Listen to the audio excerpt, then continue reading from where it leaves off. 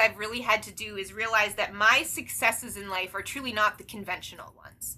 I can't talk about how I got the huge paying job or got married and had the kids or, graduated, at the age that you should graduate. I graduated at 37. So my successes have been less conventional. So I'm not somebody who can necessarily go and brag about my life experiences, but I'm still proud of what I've accomplished, even though it was later and not really the same milestones that everybody reached when they reached them.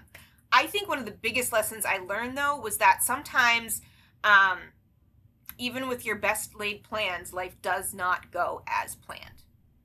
And one of the biggest things you can do is try to find some happiness and joy in what happened that you didn't plan.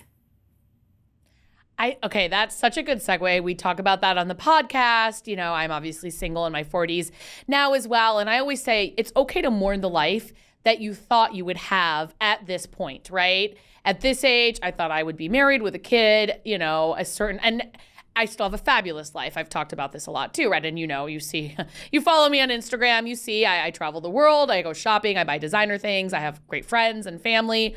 I live in Manhattan, for God's sake, but still, right? There's still mourning that life that you thought you would have, and that's okay. And I've heard so many people who have said this to me. It's one of the reasons I started the podcast, because I have so many amazing friends who maybe are divorced with kids, divorced without kids, never been married. And what you're saying is really, I think that will resonate with a lot of people, because you did things at a different timeline maybe than not everyone. I mean, some people never graduate from college, right? So you did things, but at maybe a different pace than you would have liked to. And I will say you graduated from Boston College University. Yeah, which is an excellent school. So, I mean, you should be proud of that.